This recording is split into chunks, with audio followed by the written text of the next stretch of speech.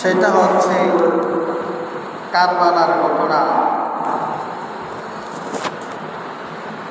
খুবই মর্মান্তিক, বিদায়ের নির্ধারণ খুবই ঘটনা ঘটেছে। আজকে সেই কারবালার ইতিহাস, কারবালার ঘটনার কারণ এবং এই থেকে আমাদের শিক্ষা, এই বিষয় নিয়ে আলোচনা করব ইনশাআল্লাহ। প্রিয় উপস্থিতি, কারবালার ইতিহাস এমন একটি ইতিহাস, এমন একটি ঘটনা খুবই মর্মান্তিক, খুবই কষ্টদায়ক, মেনে নেওয়ার মতো একটা ঘটনা ঘটে গেছে। কোনো ইহুদি খ্রিস্টানের সাথে কারবালার ঘটনা ঘটে নাই। একদল মুসলমান আরেক দল মুসলমানের হাতে শহীদ হয়েছে। তাও স্বাভাবিক কোনো মুসলমানের হাতে নয়, একজন যোগশ্রেষ্ঠ সাহাবীর নেতৃত্বে, অনুমতিতে, তার প্রচারণায়, তার সুযোগে তার ছেলে ইয়াজিদ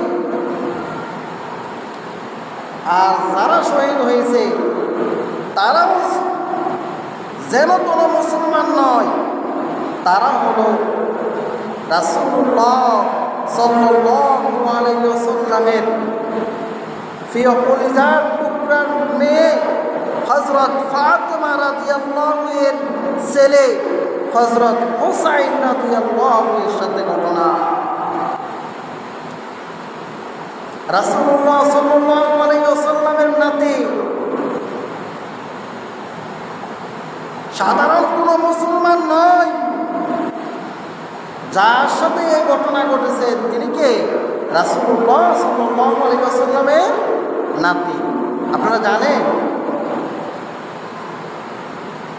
রাসূলুল্লাহ সাল্লাল্লাহু আলাইহি ওয়াসাল্লাম তাদেরকে এত ভালোবাসতেন, কিতাবের মধ্যে পাওয়া যায় রাসূলুল্লাহ সাল্লাল্লাহু আলাইহি ওয়াসাল্লাম যখন সেজদায় যেতেন, ইমাম হাসান এবং হুসাইন তাদের কাঁধের উপরে বসে থাকতেন, ততক্ষণ পর্যন্ত রাসূলুল্লাহ সাল্লাল্লাহু আলাইহি ওয়াসাল্লাম সেজদায় উঠতেন না, যতক্ষণ পর্যন্ত তারা কাঁধের উপরে ছিল, যতক্ষণ পর্যন্ত তারা মল পরে কাঁধ থেকে না নামতেন, রাসূলুল্লাহ ততক্ষণ আগ পর্যন্ত সেজদায় উঠতেন না। সুবহানাল্লাহ। শুধু তাই নয়, রাসূলুল্লাহ সাল্লাল্লাহু আলাইহি ওয়াসাল্লামের হাদিস, জান্নাতের সর্দার হবেন, নেতা হবেন, জান্নাতের নেতা হবেন হযরত হুসাইন রাদিয়াল্লাহু তাআলা আনহু।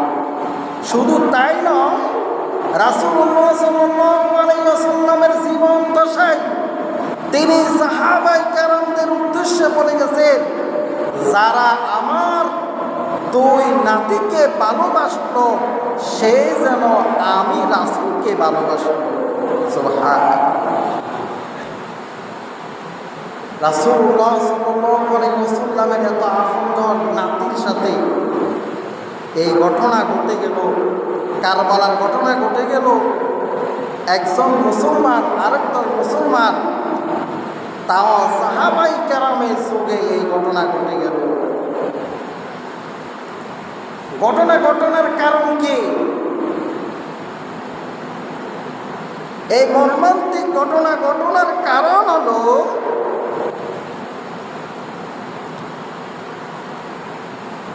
ইসলামের খেলাফত পদ্ধতির ৬০টি পদ্ধতি পাওয়া যায়। একটা হচ্ছে রাসূলুল্লাহ সাল্লাল্লাহু আলাইহি ওয়াসাল্লাম যখন ওফাত করছেন তখন তিনি কাউকে খেলাফত দিয়ে যাননি। ইশারা ইঙ্গিতে বুঝাই গেছেন যে আমার পরে যিনি যোগ্য তিনি হচ্ছেন আবু বকর। সাহাবায়ে কেরাম একত্রিত হয়ে সম্মিলিত হয়ে হযরত আবু বকর রাদিয়াল্লাহুকে খলিফা নির্বাচিত করেছে। হযরত আবু বকর রাদিয়াল্লাহু 2.5 বছর নেতৃত্ব দিয়েছেন, রাষ্ট্র পরিচালনা করেছেন। 2.5 বছর পরে আবু বকর রাদিয়াল্লাহু এর ইন্তেকালের আগে তিনি হযরত ওমর রাদিয়াল্লাহুকে খলিফা দেওয়ার জন্য হযরত আবু বকর পারলে তার ছেলে আব্দুর রহমান ইবনে আবু বকর, তিনি একজন বয়োজ্যেষ্ঠ সাহাবী, তাকে খলিফা দিতে পারতেন, খেলাফত দিতে পারতেন। হযরত আবু বকর রাদিয়াল্লাহু তাকে খেলাফত না দিয়ে তিনি বলে গেছেন কার কথা? হযরত ওমর রাদিয়াল্লাহুর কথা। ওমর রাদিয়াল্লাহুর খেলাফত ওসিয়ত দেওয়ার কারণ হলো ওমর রাদিয়াল্লাহু খুবই একজন শক্ত মানুষ, সবাই তাকে ভয় পেত। আবু বকর রাদিয়াল্লাহু ভাবলেন যে হয়তোবা আমি মারা গেলে ওমরকে ভয় পেয়ে কেউ ওমরকে খলিফা নির্বাচিত করবে না। এই জন্য আবু বকর রাদিয়াল্লাহু তিনি দেখলেন তার রাজ্যের ভিতরে সাহাবায়ে কেরামদের মধ্যে যিনি সবচেয়ে বেশি যোগ্য তিনি হচ্ছেন হযরত ওমর রাদিয়াল্লাহু। এই জন্য ওই দিক থেকে ওমর রাদিয়াল্লাহুকে ভয়ে হয়তোবা তাকে খলিফা বানাবে না, যার কারণে আবু বকর রাদিয়াল্লাহু বুঝতে পারলেন সবচেয়ে যোগ্য হচ্ছে ওমর। এজন্য ওমর রাদিয়াল্লাহুর ব্যাপারে তিনি কি করে গেলেন? ওসিয়ত করে গেলেন। কথা স্পষ্ট বোঝা যায়? কথা বুঝেন? হালকা বুঝেন কেন? এরপরে হযরত ওমর রাদিয়াল্লাহু 10 বছর রাষ্ট্র পরিচালনা করলেন। 10 বছর রাষ্ট্র পরিচালনা করার পরে তার ছেলে আব্দুল্লাহ ইবনে ওমর ছিলেন যোগ্য।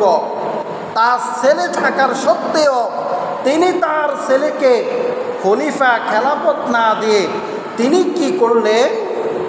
তিনি হযরত ওসমান রাদিয়াল্লাহুর ব্যাপারে বলে যান নাই। তিনি খলিফা দেওয়ার জন্য ওফাতের আগ মুহূর্তে অসুস্থ হয়ে গেলেন। কাফেররা ওমর রাদিয়াল্লাহুকে আঘাত করলেন। তিনি বুঝতে পারলেন আর মনে হয় যেন বেশি দিন থাকবো না।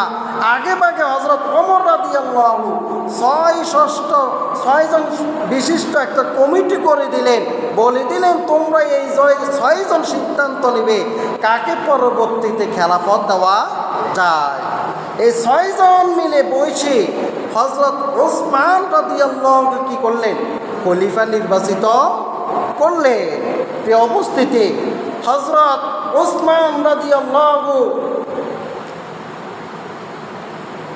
4.5 বছর, কোন কিতাবে পাওয়া যায় 4 বছর প্রেসিডেন্ট ছিলেন, খলিফা ছিলেন, আমির ছিলেন। হযরত ওসমান রাদিয়াল্লাহু ওফাতের আগ মুহূর্তে হযরত ওসমান রাদিয়াল্লাহু তিনি তার সন্তানদের কথা বলতে পারতেন। ঠিক আছে, থাকো। তিনি তার সন্তানদের কথা কি বলতে পারতেন, তিনি বলেন নাই। তিনি বলে দিলেন তোমরা যাকে পছন্দ করো তাকে তোমরা কি করো? খলিফা বানাও। সবাই মিলে হযরত ওসমান রাদিয়াল্লাহু ইন্তেকালের পরে সবাই মিলে হযরত আলী রাদিয়াল্লাহু কি করলেন? খলিফা বানালেন। হযরত আলী রাদিয়াল্লাহু নিতে চান নাই, বলো যে আমি যোগ্য না, আমি নিতে পারবো না।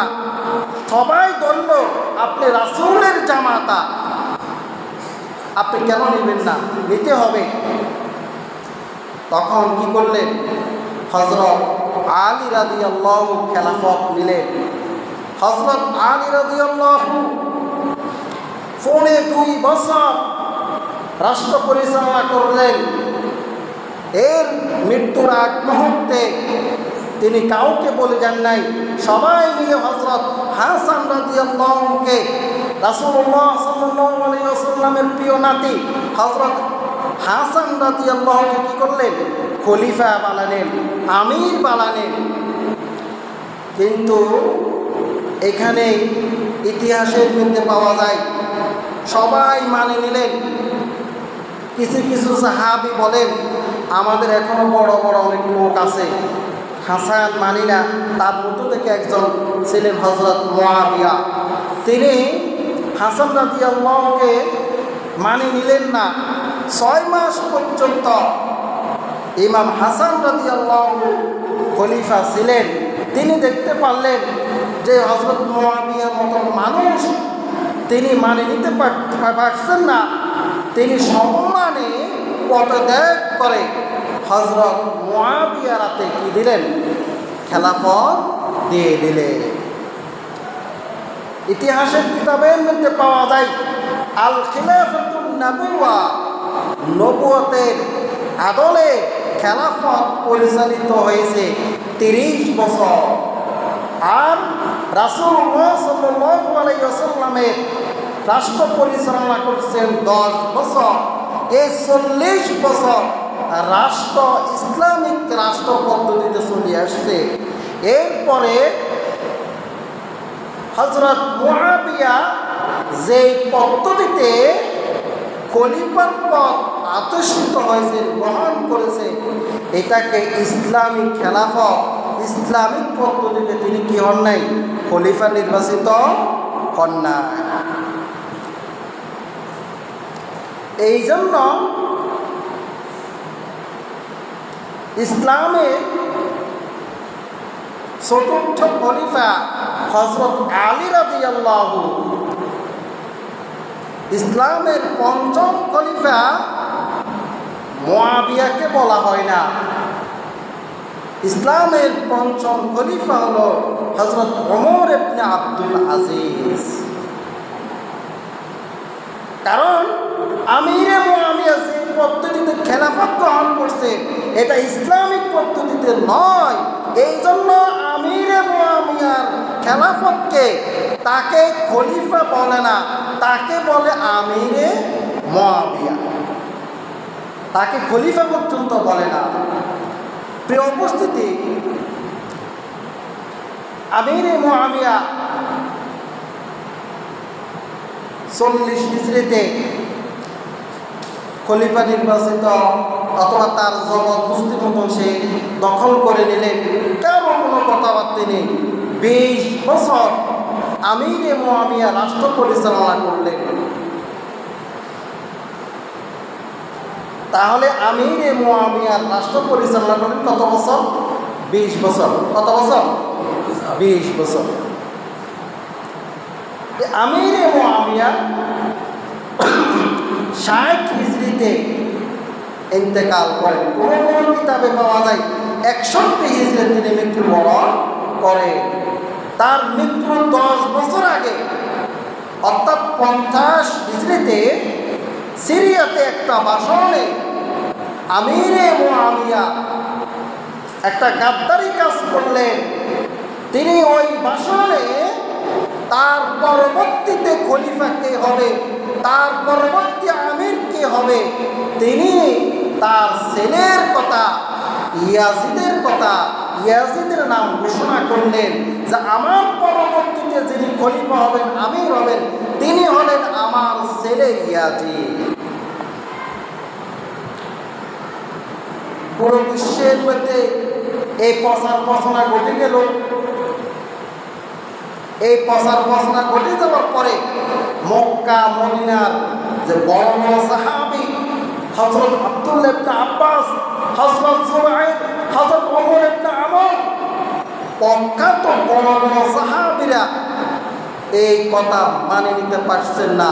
কারণ ইয়াজিদ হচ্ছে তাবিঈ, তার থেকে তো এখন বড় বড় সাহাবীরা রয়ে গেছে। আমিরে মুআবিয়া এটা কি কাজ করলো? কেউ কোনো সন্তানকে পরবর্তীতে খলিফা ঘোষণা করেন নাই, কিন্তু আমিরে মুআবিয়া এই কাজটা কেন করলেন?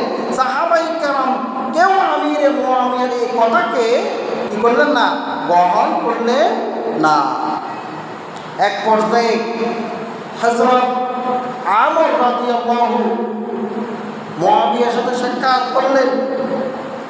শুনলাম আপনি নাকি একটা ঘোষণা দিলেন, আপনার পরবর্তীতে যিনি খলিফা হবেন, আমির হবেন, প্রেসিডেন্ট হবেন, আপনার ছেলের কথা মানুষে বলা বলি করে, ঘটনাটা কি সত্য কিনা?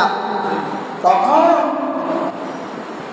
আমির মুআবিয়া বলেন, হ্যাঁ ঘটনাটি সত্য। বলে, কেন আপনি এই ঘটনাটা করলেন, এই কাজটা করলেন?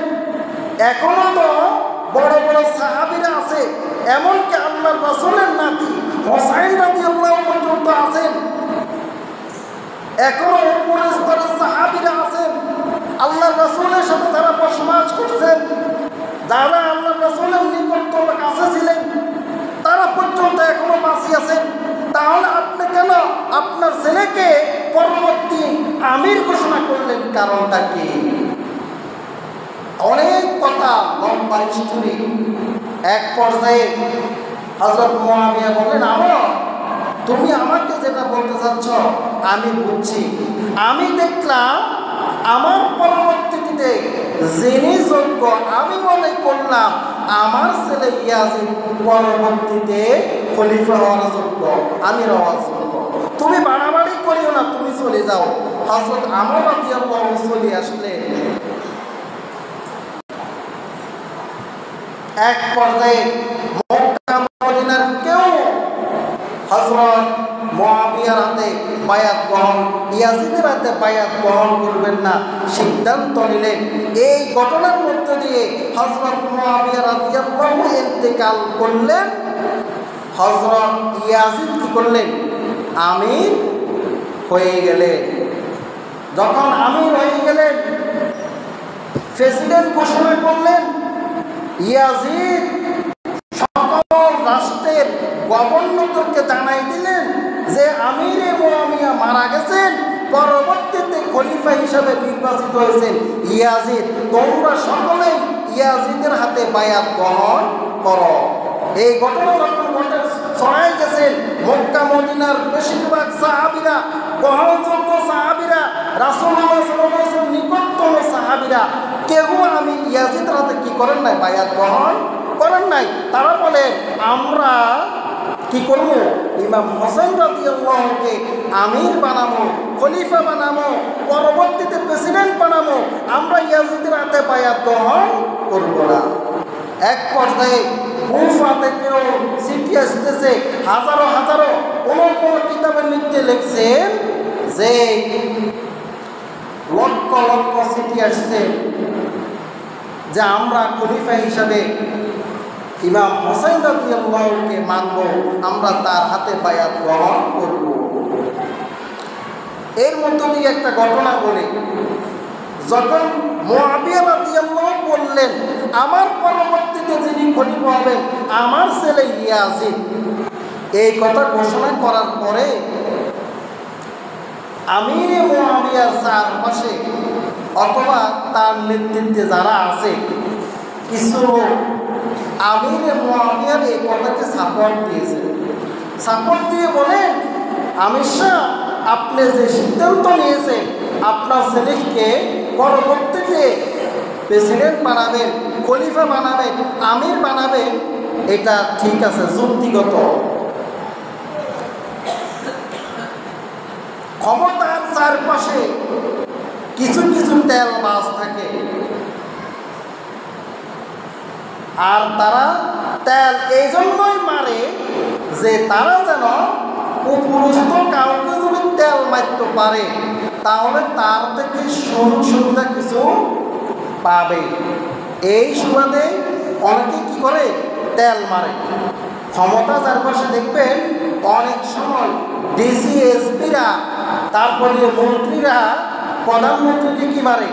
প্রধানমন্ত্রীর কথা যদি মিথ্যাও হয় তাহলে তো আপনি ঠিক কথা বলছেন, তেল মারে কি জন্য? তারা ওই বড় বড় পদ পাওয়ার জন্য। প্রিয় উপস্থিতি, আমিরে মুআবিয়া যখন বললেন এই কথা, যারা সাপোর্ট দিলেন, সাপোর্ট দেওয়ার পরে আমিরে মুআবিয়া বললেন, ঠিক আছে, আমি যদি সঠিক কথা বলিয়ে থাকি তাহলে আমার ছেলের হাতে আগাম বায়াত গ্রহণ করো। কিছু কিছু আমিরে মুআবিয়া থাকতেই পরবর্তীতে খলিফা হিসাবে ইয়াজিদের হাতে বায়াত গ্রহণ করে ফেলছে। তো যখন আমিরে মুআবিয়া মারা গেছেন, অটোমেটিকলি পরবর্তীতে খলিফা হিসাবে এমনিতে নির্বাচিত হয়ে গেছেন কে? ইয়াজিদ। ইয়াজিদ খলিফা হয়েছেন। মক্কা মদিনার কেউ মানতে নারাজ, কুফার লোকেরা মানতে নারাজ। তাদের কথা হলো, আমরা এই মুহূর্তে যাকে খলিফা মানি, আমির মানব, যিনি হলেন রাসূলুল্লাহ সাল্লাল্লাহু আলাইহি ওয়াসাল্লামের নাতি ইমাম হুসাইন রাদিয়াল্লাহু আনহু। ইমাম হুসাইন রাদিয়াল্লাহু আনহু চিন্তা ভাবনা করলেন যে মানুষ ইয়াজিদের হাতে বায়াত গ্রহণ করতে চাচ্ছে না। বড় বড় সাহাবীরাই, বেশিরভাগ সাহাবীরা বলছে আপনার হাতে আমরা বায়াত গ্রহণ করব। তখন ইমাম হুসাইন রাদিয়াল্লাহু আনহু রাজি হলেন, ঠিক আছে, আমি তোমাদের হাত থেকে বায়াত নিব, আমি প্রেসিডেন্ট, আমি বলবো, ঠিক আছে। মদিনার কিছু লোক থেকে হোসেন রাদিয়াল্লাহু আনহু বায়াত গ্রহণ করলেন। ওই যে কুফার লোকেরা চিঠি পাঠাতেছে, রাসূলুল্লাহ সাল্লাল্লাহু আলাইহি ওয়াসাল্লাম কুফার লোকদের অবস্থা জানার জন্য তার চাচাতো ভাই মুসলিম ইবনে আকিলকে কুফায় পাঠালেন। কুফায় পাঠানোর পরে তাকে বলে দিলেন, চাচাতো ভাই, যদি কুফার লোকেরা সত্যি সত্যি আমার জন্য উন্মুখ হয়ে বসে থাকে তাহলে তুমি আমার পক্ষ থেকে তাদের থেকে বায়াত নিও। এক পর্যায়ে মুসলিম ইবনে আকিল কুফাতে যাওয়ার পরে সবাই খুশিতে আত্মহারা হয়ে এক পর্যায়ে পাওয়া যায় 18,000 লোক মুসলিম ইবনে আকিলের হাতে ইমাম হুসাইন রাদিয়াল্লাহু আনহুর উপরে কি করলেন? বায়াত গ্রহণ করলেন। সাথে সাথে মুসলিম ইবনে আকিল চিঠি লিখে দিলেন, চাচাতো ভাই ইমাম হুসাইন রাদিয়াল্লাহু আনহুর কাছে চিঠি লিখে দিলেন, হ্যাঁ আমি আসি দেখছি তারা যেভাবে করে চিঠি লিখছে তাদের কথা এবং কাজ ঠিক আছে। 18,000 লোক ইতিমধ্যে আমার হাতে বায়াত গ্রহণ করে ফেলছেন, আপনি তাড়াতাড়ি কুফার দিকে চলে আসুন। ইমাম হুসাইন রাদিয়াল্লাহু আনহুর হাতে যখন এই চিঠি আসলেন, ইমাম হুসাইন রাদিয়াল্লাহু আনহু কি করলেন? মদিনা থেকে কুফার দিকে কি করলেন? রওনা করলেন। প্রিয় উপস্থিতি, কুফার দিকে রওনা করলেন। এমন অবস্থায় কুফার এই অবস্থা ইয়াজিদ জানি গেলেন যে কুফাতে ইমাম হুসাইন রাদিয়াল্লাহু আনহুর পক্ষ হয়ে মুসলিম ইবনে আকিলের হাতে অসংখ্য লোক কি করল? বায়াত গ্রহণ করছে। ইয়াজিদ এই ঘটনা জানার পরে সাথে সাথে কুফার গভর্নরের নিকট চিঠি লিখলেন। তার ওই গভর্নরের নাম ছিল নোমান ইবনে বাশির। নোমান ইবনে বাশিরের কাছে চিঠি লিখলেন, তুমি থাকা অবস্থায় ইমাম হুসাইন রাদিয়াল্লাহু আনহুর হাতে মানুষ কিভাবে বায়াত গ্রহণ করে, আমি তোমাকে বরখাস্ত করলাম তোমার এই স্থানে গভর্নর হিসাবে। পরবর্তীতে আমি উবাইদুল্লাহ ইবনে জিয়াদকে আমি কি করলাম? গভর্নর নিয়োগ করলাম। উবাইদুল্লাহ ইবনে জিয়াদ চলে আসলেন কুফাতে। কুফাতে আসে দেখে মুসলিম ইবনে আকিলের হাতে অনেক মানুষ বায়াত গ্রহণ করে ফেলছেন। উবাইদুল্লাহ ইবনে জিয়াদ গভর্নরের পদ দখল করেই কি করলেন? যারা মুসলিম ইবনে আকিলের হাতে বায়াত গ্রহণ করলেন সবাই ঘর বাড়ি যাকে যেখানে পাইতো সবাইকে একেবারে হত্যা করে ফেলছে। পরিস্থিতি অন্যরকম হয়ে গেছে। আগের মতো আমার কি নাই, পরিস্থিতি নাই। ওই দিক থেকে ইমাম হুসাইন রাদিয়াল্লাহু আনহু মদিনা থেকে কুফার উদ্দেশ্যে কি করলেন? রওনা করলেন। ইমাম হুসাইন রাদিয়াল্লাহু আনহু রওনা করলেন কুফার দিকে। এই কথা ইয়াজিদ গোপন সূত্রে জানে গেলেন। ইয়াজিদ উবাইদুল্লাহ ইবনে জিয়াদকে বলে দিলেন কুফার দিকে ইমাম হোসেন আসতেছে, তুমি তাড়াতাড়ি করে তাকে কি করো, তাকে ব্রেকেট দাও, সেই যেন কুফার ভিতরে না ঢুকতে পারে। সাথে সাথে উবাইদুল্লাহ জিহাদ কুফার গভর্নর সে 1000 সৈন্য পাঠিয়ে দিলেন, বলে দিলেন ইমাম হোসেনকে যেখানে পাও সেখানেই থামাই দিবা, সেই যেন সামনের দিকে না আসতে পারে। ইমাম হোসেন যদি কুফার ভিতরে ঢুকে তাহলে কুফার লোকেরা তার পক্ষ হয়ে আমাদের বিরোধিতা করতে পারে, সে যেন কুফার ভিতরে না ঢুকতে পারে। সাথে সাথে তাকে যেখানে পাও সেখানে কি করবা, থামাই দিবা। 1000 সৈন্য নিয়ে চলে আসলেন, একজন বাহিনীর নেতৃত্বে চলে আসলেন মরুভূমিতে। ইমাম হুসাইন রাদিয়াল্লাহুর সাথে তাদের সাথে সাক্ষাৎ, ঘোড়া থেকে নামিয়ে সাথে সাথে তাদেরকে ব্রেকেট দিলেন, আর সামনের দিকে যাওয়া যাবে না, এখানে থামেন। কেন, কি হয়েছে? আমি তো কুফার দিকে যাব। বলো না কুফার দিকে যাওয়া যাবে না। কেন যাওয়া যাবে না? বলো উপরের আদেশ। তার আদেশ, উপরের আদেশ। এভাবেই ইমাম হোসেন রাদিয়াল্লাহু একবার সামনের দিকে ঠেলেন, বাহিনীর একবার পিছনের দিকে ঠেলেন। এভাবে ঠেলতে ঠেলতে এক পর্যায়ে কারবালায় পাত্তর পর্যন্ত পৌঁছেছে। এর পিছন দিয়ে আবার উবাইদুল্লাহ ইবনে জিয়াদ আরো 4000 বাহিনী পাঠাই দিলেন।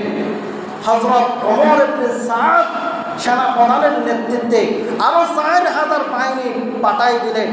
তাহলে বাহিনী কত হাজার হলো? 5000। কত হাজার হলো? 5000। আসলো উবাইদুল্লাহ বিন সাদ, আসে বলেন কারবালার প্রান্তরে, হুজুর আর সামনের দিকে যাইতে পারবেন না। কেন? উপরের অর্ডার, উপরের অর্ডার। পরে আমি তো বায়াত গ্রহণ করার জন্য আসছি, আমারে উপর লোকরা চিঠি লিখছে, দেখো। তোমাদের যদি বিশ্বাস না হয় দেখো, আমাকে যে চিঠি লিখছে আমার হাতে বায়াত গ্রহণ করবে। বলে না হুজুর, হবে না, আপনি কুফার দিকে যাইতে পারবেন না। এক পর্যায়ে তিনি জানতে পারলেন তার চাচাতো ভাই যিনি আগে ভাগে বায়াত গ্রহণ করার জন্য কুফাতে আসলেন, তাকে কি করছে, একেবারে মানুষের সামনে জনসম্মুখে ফাঁসির নির্দেশ লটকালেন। তিনি জানতে পারলেন তার ভাই চাচাতো ভাইকে হত্যা করা হয়েছে। ইমাম হোসেন রাদিয়াল্লাহু বলেন আমি কুফাতে যাব। বলে না হুজুর যাইতে পারবেন না, উপরের অর্ডার। কার অর্ডার? উপরের অর্ডার। বলে উপরের অর্ডার, এটা চিন্তা করলেন না যে আমি যে উপরের অর্ডার মানতে যাই, এমনও তো আছে সে ঈমান হারা হয়ে যাবে। সে কার সাথে কথা বলতেছে? রাসূলুল্লাহ সাল্লাল্লাহু আলাইহি ওয়াসাল্লামের নাতির সাথে। উপরের অর্ডার মানতে গিয়ে সেই যে বেঈমান হারা হয়ে যেতেছে, জান্নাত তার থেকে কম ছুড়ে যেতেছে, সেই যে কপাল পড়া সেটা বুঝতে পারে না। আমাদের দেশে ওই উমর বিন সাদের মতো কিছু পুলিশ, কিছু সেনাবাহিনী, কিছু র্যাব কর্মকর্তা আছে, অন্যায়ভাবে মানুষদের উপর আক্রমণ করে হত্যা করছে। তাদেরকে যদি জিজ্ঞাসা করা হয়, ভাই জানেন এটা অন্যায় অপরাধ, আপনি লোকটাকে অন্যায়ভাবে আটক করছেন, অন্যায়ভাবে রিমান্ডে দিচ্ছেন, আপনি লোকটাকে টর্চার করছেন, আপনি করছেন, কেন করলেন? ভাই কিছু করার নাই, উপরের অর্ডার। কার অর্ডার? এরকম পুলিশ কর্মকর্তা, সেনাবাহিনী, র্যাব আমাদের দেশে নাই? অবস্থিতি উপরের অর্ডার মানতে গিয়ে সে বিবেক শূন্য হয়ে গেছে যে আমি যে কাজটা করতেছি এটা কি ন্যায় নাকি অন্যায়। প্রিয় উপস্থিতি, বললেন আমি ঠিক আছে, কুফায় যাব না, আমি মদিনাতে ফিরে যাই, আমি আর সামনের দিকে যাব না। এবার ওমর ইবনে সাদ সেনাপ্রধান বলল, হুজুর আপনি থামেন, আমি উপর থেকে অর্ডার নেই, যদি আপনাকে যাওয়ার অনুমতি দেয় তাহলে আমার কোনো সমস্যা নাই। সে গভর্নরের কাছে চিঠি লিখলে যে মুহূর্তে হোসেন রাদিয়াল্লাহু মদিনার দিকে ফিরে যাওয়ার জন্য বলতেছেন, আপনি কি বলেন?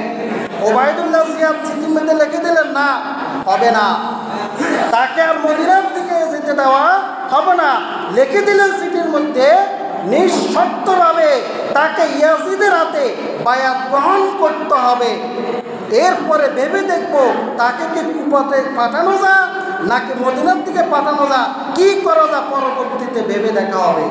চিঠি যখন আসলো, সেনাপ্রধান হোসেন রাদিয়াল্লাহুর কাছে গেলেন, হুজুর দেখেন উপর থেকে অর্ডার আসছে, চিঠি আসছে, আমি আপনাকে চিঠিটা পড়ে শোনাই। বিসমিল্লাহির রহমানির রহিম। চিঠির মধ্যে লেখা আছে, তাফসীরের মধ্যে লেখা আছে, ওই চিঠির শুরুতে কি লেখা ছিল? বিসমিল্লাহ। কি লেখা ছিল? বিসমিল্লাহ। অনেক বৃহৎ আলোচনা এই বিসমিল্লাহর ব্যাপারে। ইমাম হোসেন রাদিয়াল্লাহুকে হত্যার আদেশ দিয়েছেন, চিঠির শুরুতে লেখা ছিল কি? বিসমিল্লাহ। বলেন তো, বিসমিল্লাহ খারাপ কাজে ব্যবহার করে নাকি ভালো কাজে ব্যবহার করা দরকার? অথচ কোন কাজে ব্যবহার করছে? খারাপ কাজে। আমাদের দেশে কিছু কিছু লোক খারাপ জিনিস করতে যাবে, সংসদে বিসমিল্লাহ থাকবে নাকি থাকবে না হাইকোর্টে রিট করছে। হাইকোর্টে রিট করার পরে আইনজীবী বলতেছে ইনশাআল্লাহ, রাষ্ট্রপক্ষের আইনজীবী বলতেছে ইনশাআল্লাহ আমি মনে করি সংসদ থেকে বিসমিল্লাহ বাদ যাবে। সংসদ থেকে কি যাবে? ইনশাআল্লাহ সংসদ থেকে কি যাবে? রায় আমাদের পক্ষে আসবে, সংসদ থেকে বিসমিল্লাহ বাদ যাবে। কথা বুঝছে? তাহলে সংসদে বিসমিল্লাহ থাকলে ভালো নাকি খারাপ? সংসদে বিসমিল্লাহ থাকা ভালো নাকি খারাপ? ভালো। বাদ দেওয়ার জন্য সে কাজের মধ্যে কি করতেছে? ইনশাআল্লাহ বলতেছে। কি বলতেছে? অত ইনশাআল্লাহ ভালো কাজে করার কথা ছিল নাকি খারাপ কাজের কথা ছিল? কিছু কিছু মোবাইলে খবর সামনে অ্যাড দেয়, অ্যাড আসলে ইনশাআল্লাহ আমি এই গায়করা নায়করা অত যারা সিনেমা করে তাদেরকে কি বলে, এই তারা বলে ইনশাআল্লাহ এবার ঈদে আমার 3টা ছবি মুক্তি পাবে। আমার 3টা ছবি কী পাবে? মুক্তি পাবে। কি মুক্তি পাবে? ছবি। কি মুক্তি পাবে? ছবি। ইনশাআল্লাহ এবার 3টা ছবি আমার মুক্তি পাবে, এরকম কথা কয় না? ইনশাআল্লাহ কথা কি? ছবি যে সাইড করো, এটা কি খারাপ কাজ নাকি ভালো কাজ? খারাপ কাজ। তো এটা সময় বেশি নাই, আমি ওদিকে যাওয়ার প্রয়োজন নাই। তো এই ইমাম হোসেন রাদিয়াল্লাহুকে হত্যা করার জন্য সামনের দিকে যাওয়া যাবে না, নিঃশর্তভাবে ইয়াজিদের হাতে বায়াত গ্রহণ করতে হবে। ওবায়দুল্লাহ জিয়াদ সেনাপ্রধানের কাছে কি লিখে দিলেন? চিঠি লিখে দিলেন। ওবায়দুল্লাহ জিয়াদের চিঠি লেখার পরে সেনাপ্রধানের কাছে চিঠি আসলো। সেনাপ্রধান এবার হোসেন রাদিয়াল্লাহু নিকট দিয়ে বলেন, হুজুর দেখেন আমার নিকট চিঠি আসছে যে নিঃশর্তভাবে আপনাকে কি করতে হবে? ইয়াজিদের হাতে বায়াত গ্রহণ করতে হবে। এছাড়া আপনাকে এই মুহূর্তে মক্কার দিকে মদিনার দিকে ফিরে যেতে দেওয়া হবে না, কোনো দিকে ফিরে যেতে দেওয়া হবে না, এখানেই আপনাকে বায়াত গ্রহণ করতে হবে। হোসেন রাদিয়াল্লাহু বলেন, জীবনেও আমি ইয়াজিদের হাতে বায়াত গ্রহণ করব না। কারণ আমি কেন ইয়াজিদের হাতে বায়াত গ্রহণ করব? যে ইয়াজিদ খেলাফতের যে একটা বিধান, ওমর রাদিয়াল্লাহু আবু বকর যেভাবে খেলাফত গ্রহণ করছেন সে পন্থা অবলম্বন করলো না। ওমর যেভাবে খেলাফত খলিফা হয়েছেন সেই পথ অবলম্বন করলো না। উসমান যেভাবে খলিফা হয়েছেন সেই পথ অবলম্বন করলো না। হযরত আলী রাদিয়াল্লাহু যেভাবে খলিফা হয়েছেন সেই পথ অবলম্বন করলো না। জোর জবরদস্তি করে যে লোকটি খলিফা আমির হলো, ওই লোকটা ওই শাসকটা কখনো ভালো হতে পারবে না। আমার চাচাতো ভাই তাকে মুসলিমের তাকে সে কি অপরাধ করছে, তাকে হত্যা করছে, আমি কেন তার হাতে বায়াত গ্রহণ করব? আমি তার হাতে বায়াত গ্রহণ করব না। প্রিয় উপস্থিতি, কথা না বললেই নয়, বলতে হয়। যোগের সাথে মিলিয়ে আলোচনা করতে গেলে বলতেই হয়। একটা গাড়ির ড্রাইভার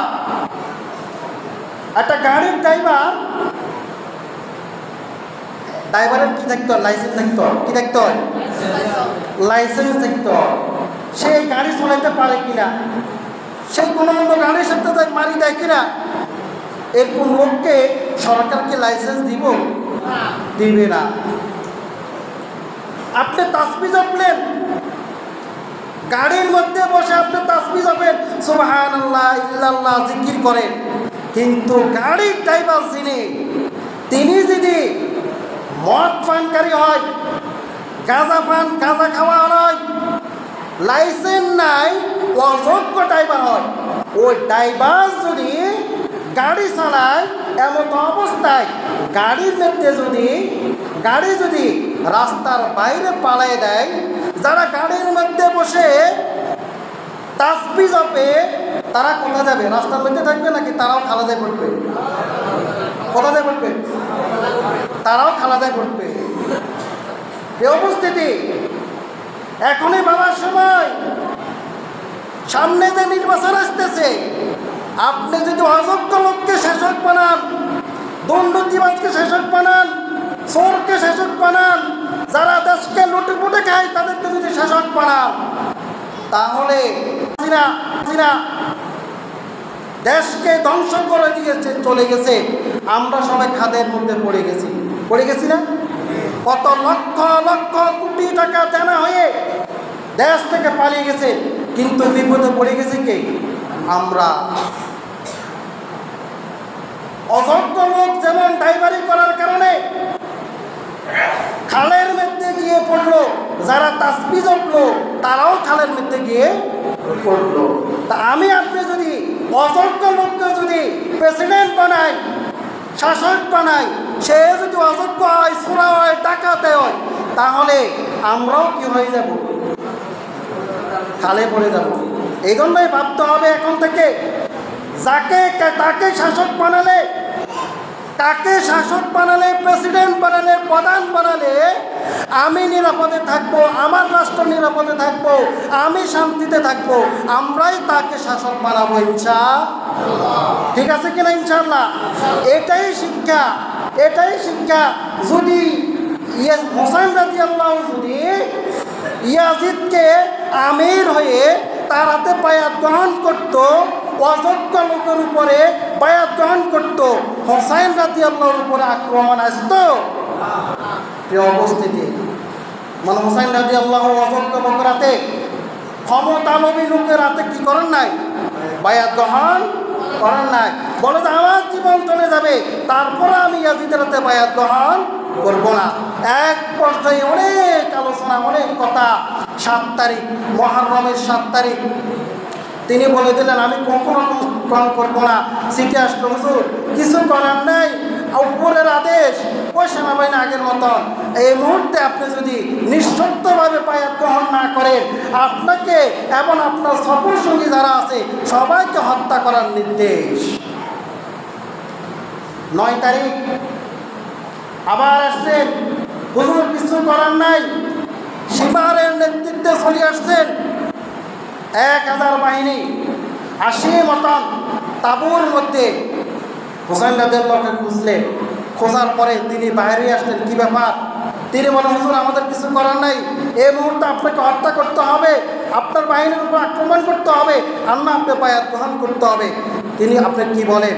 বলে ঠিক আছে, আমারে একটা রাত বাবার জন্য সময় দাও, আমাকে একটা রাত বাবার জন্য কি দাও? সময় দাও, আমি চিন্তা ভাবনা করি দেখি। রাতের বেলা হযরত হোসেন রাদিয়াল্লাহু ইবাদত করলেন, আল্লাহর কাছে চাইলেন, ফরিয়াদ করলেন, আর কি ফয়সালা আসে। তার সফর সঙ্গী যারা ছিলেন, কোনো কিতাবের মধ্যে পাওয়া যায় 50 জন, কোনো কিতাবের মধ্যে পাওয়া যায় 70 জন, কোনো কিতাবের মধ্যে পাওয়া যায় 72 জন, সর্বশেষ আমি ঘাটতি যেটা দেখলাম 78 জন পর্যন্ত পাওয়া যায় সফর সঙ্গী। তাদের সাথে হোসেন রাদিয়াল্লাহু পরামর্শ করলেন, আচ্ছা বলা যায় ইয়াজিদের হাতে বায়াত গ্রহণ করা আমাদের কি ঠিক হবে কি না? এখন বেশিরভাগই সাহাবী সফর সঙ্গী বললেন, ইয়াজিদের হাতে আমরা বায়াত গ্রহণ করব কোন যুক্তিতে? আমরা যেটার উপরে অটল আছি, আমরা ইসলামের হকের সঠিক পথে আমরা উপরে আছি, আমরা ইয়াজিদের হাতে বায়াত গ্রহণ করবো না। সিদ্ধান্ত এটা হলো, ইয়াজিদের হাতে বায়াত গ্রহণ করবো না। রাতের বেলা এই সিদ্ধান্ত নিয়ে ঘুমায় গেলেন। বোন জয়নব অনেক ঘটনা, রাসূলুল্লাহ সাল্লাল্লাহু আলাইহি ওয়াসাল্লামের কি করলেন, সামনে আসলেন, স্বপ্নে আসলেন। বোন জয়নব দেখতে পারলেন হোসেন রাদিয়াল্লাহুকে ডাকতেছেন, হোসেন তুমি আমাদের দিকে আমার সাথে চলে আসো, আর এখানে থাকিও না। এই স্বপ্ন দেখার পরে বোন জয়নব হাও মাও করে কাঁদলেন।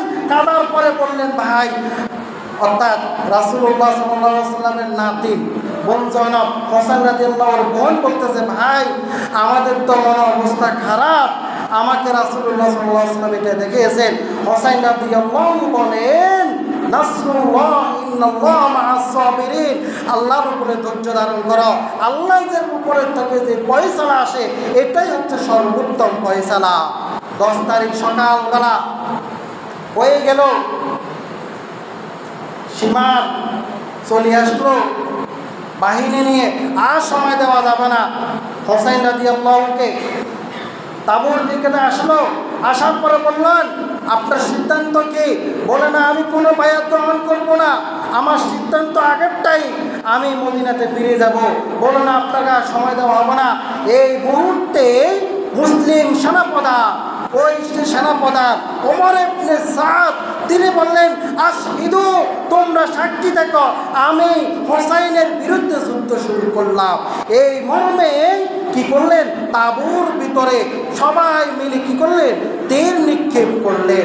এক পর্যায়ে তাঁবুর ভিতরে থাকার মতো আর কোনো পরিবেশ নাই, শহীদ হতে হতে সবাই শহীদ হয়ে গেছে, আর মাত্র 3-4 জন লোক বাকি আছে। একজন লোক আসলো, সেনাবাহিনীর একটা প্রধান থেকে আসলো, আসার পরে তার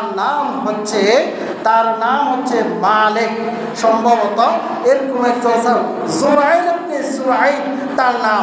এই লোকটা আসে, হোসাইন রাদিয়াল্লাহু এর কি করলেন, মাথার মধ্যে তরবারি দিয়ে একটা আঘাত করলেন। মাথার মধ্যে ছিলেন হরমুজ, একটা রেশমি কাপড়ের একটা টুপি ছিল, টুপিটা ছিঁড়ে গেছে, মাথার এক পাশ কি হয়ে গেছে, কেটে গেছে। এক পর্যায়ে হোসাইন রাদিয়াল্লাহু এইটাকে ধরে তিনি কি করলেন, পানি খাওয়ার জন্য পরাত নদীতে গেলেন। তিনি দেখতে পেলেন এখানে শূন্য নাই। তিনি পানি খেতে যাওয়ার পরে তিনি পানি খাবেন, হাতে নিলেন, অঞ্জলির মধ্যে করে পানি করেছেন, তিনি পানি খাবেন। এই মুহূর্তে পাপিষ্ট একজন সেনা, তিনি, তার নাম হচ্ছে মালিক, তিনি কি করলেন, তীর নিক্ষেপ করলেন। রাসূলুল্লাহ সাল্লাল্লাহু আলাইহি ওয়াসাল্লাম মুখের মধ্যে তীর ঢুকে গেল। রাসূলুল্লাহ সাল্লাল্লাহু আলাইহি ওয়াসাল্লাম পানি ফেলে দিয়ে এই তীরটাকে বের করে ধরে তাঁবুর ভিতরে চলে আসলেন। তাঁবুর ভিতরে চলে আসার পর আরেকজন পাপিষ্ট ইমাম হোসেন রাদিয়াল্লাহুকে কি করলেন, তরবারি দিয়ে আঘাত করলেন। ইমাম হোসেন রাদিয়াল্লাহু এখনো কিছু করেন নাই, ইমাম হোসেন রাদিয়াল্লাহু এবার চুপচাপ করে বসা। এবার যারা হত্যা করতে আসছে তাদের মনের ভিতরে একটা ভয় ঢুকে গেছে। এবার সীমার বলে, তোমরা আঘাত করো না কেন, তোমাদের কি হয়েছে? কেউ আঘাত করো না, কেউ চায় না এই জঘন্য এই খারাপ কাজটি আমার হাত দ্বারা ঘটুক। এবার একজনকে খেলে, তুমি করো, ওইটা তুমি করো, ওইটা তুমি ছাড়াও। এক পর্যায়ে পাপিষ্ট মালিক ইমাম হোসেন রাদিয়াল্লাহুকে তরবারি দিলেন। তরবারি দিয়ে কি করলেন, তার গাড়ের মধ্যে আঘাত করলেন। আঘাত করার পরে ইমাম হোসেন রাদিয়াল্লাহু পড়ে গেলেন, শুয়ে গেলেন। দরপট করতেছে পাপিষ্ট সীমা ইমাম হোসেন রাদিয়াল্লাহুর বুকের উপরে বসে তার মাথাকে দেহ থেকে বিচ্ছিন্ন করে দিলেন। নাউযুবিল্লাহ, ইন্না লিল্লাহি ওয়া ইন্না ইলাইহি রাজিউন। ঘটে গেল মুসলমানদের মধ্যে এক মর্মান্তিক ঘটনা, সেটা হচ্ছে কারবালার ঘটনা। ইমাম হোসেন রাদিয়াল্লাহু শহীদ হয়ে গেলেন। এইদিকে মদিনায় একজন সাহাবী আব্দুল্লাহ ইবনে আব্বাস, তিনি দুপুরবেলা খাওয়া খেয়ে শুলেন। দুপুরবেলা খাওয়া খেয়ে শোয়ার পরে ইমাম আব্দুল্লাহ ইবনে আব্বাস রাদিয়াল্লাহু তিনি কি করলেন? স্বপ্নে দেখলেন রাসূলুল্লাহ সাল্লাল্লাহু আলাইহি ওয়াসাল্লাম তার সামনে আসতেন। এমন তো অবস্থা আসতেন, আব্দুল্লাহ ইবনে আব্বাস বলেন, রাআইতু রাসূলুল্লাহ সাল্লাল্লাহু আলাইহি ওয়াসাল্লাম ফিল মানামি নিসওয়ান নাহার। বা আমি দুপুরবেলা খাওয়া খেয়ে একটু ঘুমালাম, এই ঘুমের ঘরে রাসূলুল্লাহ সাল্লাল্লাহু আলাইহি ওয়াসাল্লাম আমার সামনে আসলেন। আমি দেখলাম রাসূলুল্লাহ সাল্লাল্লাহু আলাইহি ওয়াসাল্লামের মাথার চুলগুলো এলোমেলো।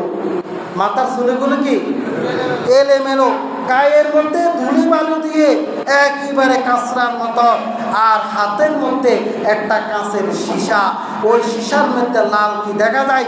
স্বপ্নের ঘরে আব্দুল্লাহ ইবনে আব্বাস রাদিয়াল্লাহু রাসূলুল্লাহ সাল্লাল্লাহু আলাইহি ওয়াসাল্লামকে জিজ্ঞাসা করলেন, ইয়া রাসূলুল্লাহ, আপনার এই অবস্থা কেন? কারণটা কি? আপনার হাতের মধ্যে কি? তখন রাসূলুল্লাহ সাল্লাল্লাহু আলাইহি ওয়াসাল্লাম আব্দুল্লাহ ইবনে আব্বাসকে বলেন, ও আব্দুল্লাহ ইবনে আব্বাস, আমার উম্মতের কিছু লোক আমার আহলে বায়াতের উপরে আক্রমণ করছে, তাদেরকে হত্যা করে ফেলছে। আমি সেখানে গেলাম, আমি সেখানে গিয়ে হাতের মধ্যে যে শিশাটি দেখতেছ, এটার মধ্যে রক্ত, আমি ওই কারবালার মাঠের রক্ত বোতলের মধ্যে আমি ঢুকাই রাখছি, আমি এটা জমা করে রাখছি। হাসরের দিনে আলাদাভাবে ট্রাইব্যুনাল গঠন করে আমি আল্লাহর কাছে এই কারবালার ঘটনার আমি আল্লাহর কাছে কি চাইব? বিচার চাইব। আল্লাহর কাছে কি চাইব? বিচার চাইব। কেন ঘটনা করলো?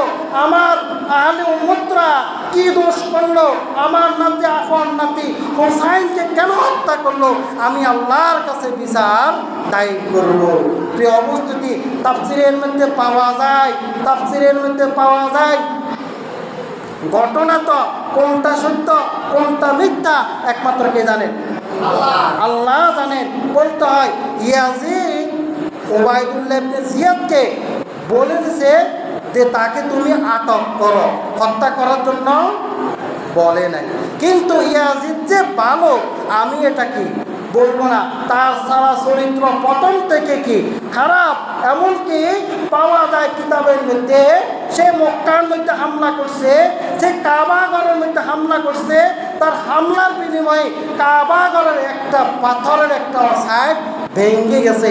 এখনো ইতিহাসের সাক্ষী এটা ভাঙ্গা আছে। অতএব ইয়াজিদ যে ভালো এটা বলবো না।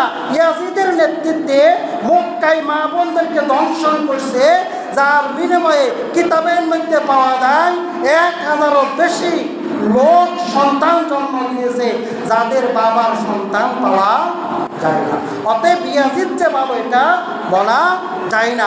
ইয়াজিদ হুকুম করছে যে আমি বলছি আটক করার জন্য, তোমরা কেন হত্যা করছো? এটার জন্য ইয়াজিদ নাকি রাগান্বিত হয়েছে, ক্ষোভ চাইলেন। কিছু না, যদি ক্ষোভ চাইতেন ইয়াজিদ সাথে সাথে এই কর্মের সাথে যারা জড়িত তাদেরকে কি দিতেন? ফাঁসি দিতেন। কি দিতেন? কিন্তু ফাঁসি দেন না। প্রিয় উপস্থিতি, এখান থেকে বোঝা যায় ইয়াজিদ আল্লাহর কাছে যদি বিচার দেয়, ইয়াজিদ বলতে পারবো আল্লাহ আমি তো হত্যার হুকুম দেই নাই, আমি বলছি আটক করার জন্য, কিন্তু যারা হত্যা করছে তারা আল্লাহর কাছে কি জবাব দেবে? তারা আল্লাহর কাছে জবাব দিতে পারবে? তাদের কাছে কোনো উত্তর আছে? উত্তর নাই। অতএব সাবধান, দলবাজি করতে গিয়ে নেতাকে খুশি করতে গিয়ে, নেতা করতেই যা খারাপ, আপনি খারাপ মনে করে নেতা এ কথা করতে পারে, আপনি নেতাকে খুশি করতে গিয়ে আপনি তাকে কি করলেন? হত্যা করলেন। আপনি তাকে কি করলেন? হত্যা করলেন। আপনি নেতাকে তেল দিতে গিয়ে আপনি বড় পদ পাবেন, আপনি সভাপতির পদ পাবেন, আপনি মেম্বার হবেন, আপনি চেম্বারের পদ পাবেন। আপনি এই লোভে, সে বলছে খারাপ, আপনি নেতাকে খুশি করতে গিয়ে আপনি করে দিলেন কি? হত্যা। আপনি করে দিলেন কি? হত্যা। যদি এই ধরনের ঘটনা ঘটে যায় আপনি আল্লাহর কাছে কি বিচার দেবেন? আপনি তো আটকানো। ওই বলবো আল্লাহ আমি বলছি খারাপ, কিন্তু এই করে দিচ্ছে হত্যা, এই বিচার এই দায় আমি না, এই দায় যে হত্যা করছে সে। এভেলেবেল ঘটনা তো এভাব করে ঘটে। অতএব আমাদেরকে সাবধান থাকতে হবে। কারবালার ইতিহাস এগুলো, কারবালার শিক্ষাই এগুলো। আল্লাহ তাআলা আমাদেরকে সরল সঠিক পথে থাকা সে তৌফিক দান করুন।